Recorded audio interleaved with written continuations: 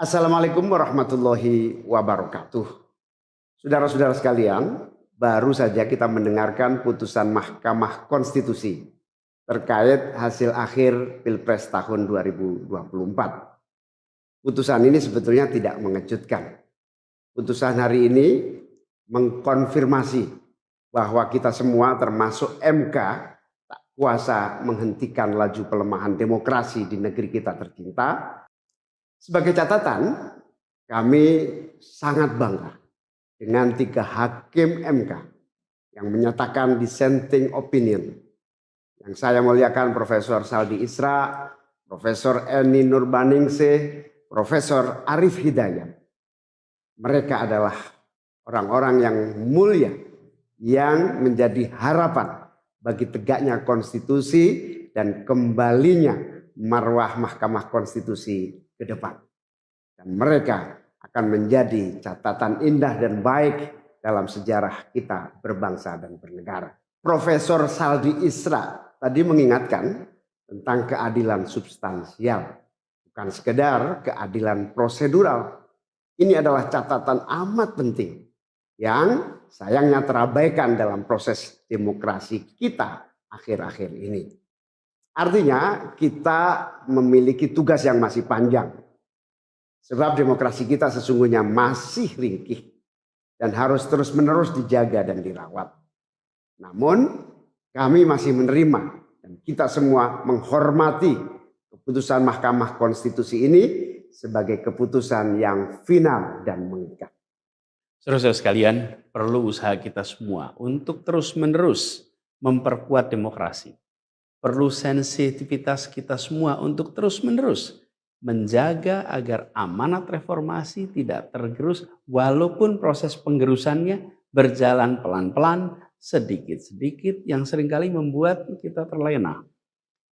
Kita semua sadar, kita masih harus kerja keras, harus kerja terus-menerus untuk menyadarkan publik luas bahwa institusi demokrasi yang kuat, yang berfungsi baik, itu sama pentingnya dengan institusi ekonomi yang kuat, yang berfungsi dengan baik.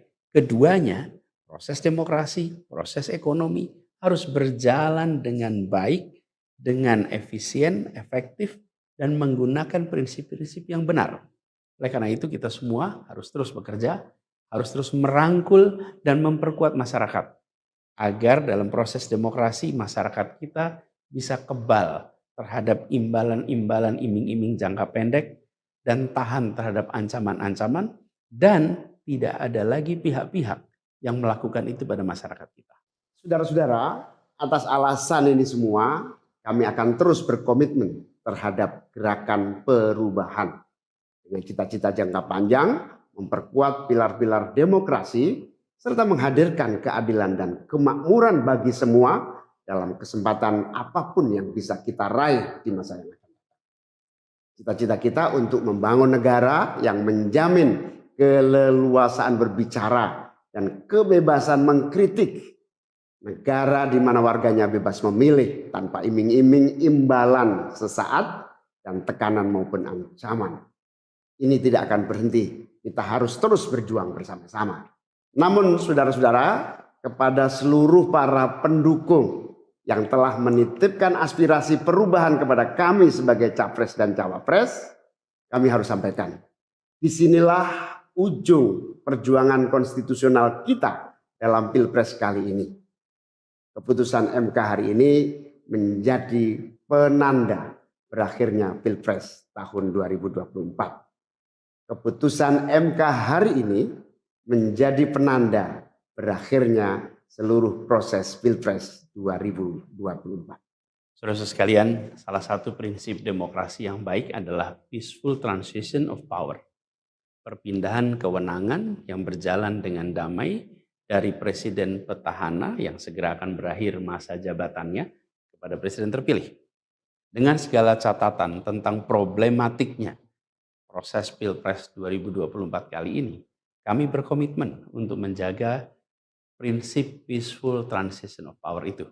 Dan kami memilih untuk menjadi bagian yang terus menjaga, terus membangun mutu demokrasi di Indonesia.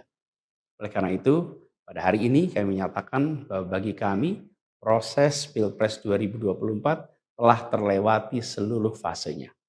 Kami sampaikan kepada Pak Prabowo dan Pak Gibran, selamat menjalankan amanat konstitusi, selamat bekerja menunaikan harapan rakyat yang kini diembankan di atas pundak bapak-bapak berdua. Saya sempat berkali-kali ditanya pendapat pribadi tentang Pak Prabowo. Dan saya jawab, beliau adalah seorang patriot. Hari ini saya terus mempercayai sebagai seorang patriot.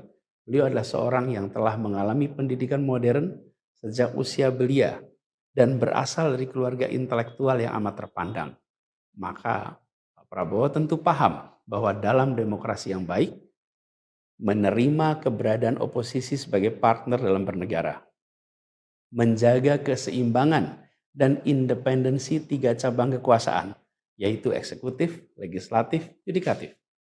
Lalu menjamin kebebasan media sebagai pilar keempat demokrasi, serta yang tidak kalah penting adalah menjaga kebebasan rakyat di dalam bersuara, di dalam mengungkapkan pendapat, di dalam berserikat berkumpul dalam sebuah proses demokrasi.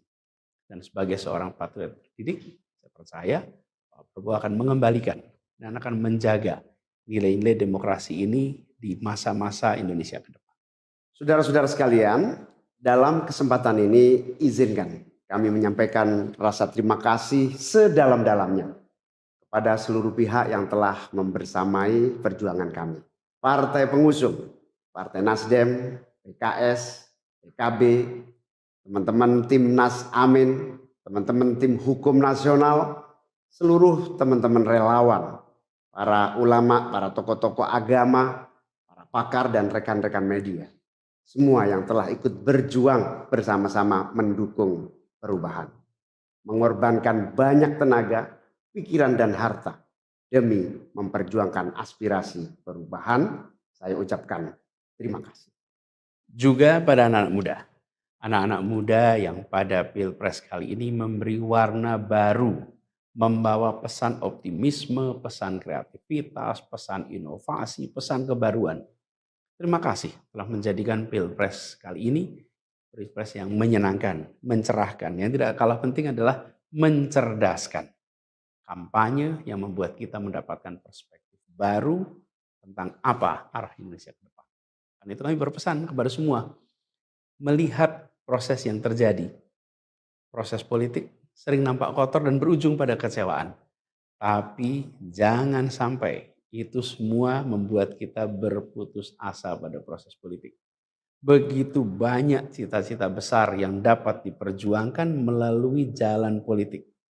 Bila saat ini kondisinya masih begitu mengecewakan, justru ini adalah tanda, ini adalah pengingat bahwa perlu semakin banyak dari kita semua yang mau berjuang di jalan politik. Ini adalah panggilan mereka-mereka yang berintegritas, yang menjunjung tinggi etika, yang memikirkan tentang masyarakat, tentang negara, tentang rakyat, untuk mau masuk di wilayah politik. Bawa kompetensinya, bawa integritasnya, dorong, jangan menyerah, dan jangan putus asa. Jalan perjuangan masih terbentang panjang. Sepanjang usia Republik ini masih terbentang jalan pengabdian untuk melakukan perubahan bagi keadilan, bagi kesejahteraan, bagi kemakmuran kita semua. Dan itu dibutuhkan kemauan untuk mau terlibat di dalam proses politik. Jangan putus asa, mari kita jalan terus untuk perjuangan ini. Teman-teman semua, marilah kita lanjutkan perjuangan. Mengubah yang memang perlu diubah. Melanjutkan perjuangan untuk memperbaiki apa yang memang perlu diperbaiki. Dalam berbagai kesempatan dan ruang yang tersedia di masa yang akan datang. Insya Allah, saya dan Mas Anies akan terus membersamai teman-teman semua di dalam memperjuangkan kebaikan dan perbaikan menuju Indonesia yang adil dan makmur untuk semua. Tetap semangat, jaga stamina, perjuangan masih panjang. Izinkan kami menyampaikan terima kasih. Terima kasih kepada semua. Semoga Allah SWT merahmati negara Republik Indonesia dan melindungi kita semua. Assalamualaikum warahmatullahi wabarakatuh.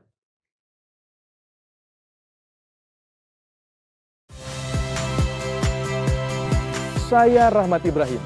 Saksikan program-program Kompas TV melalui siaran digital, pay TV, dan media streaming lainnya. Kompas TV, independen, terpercaya.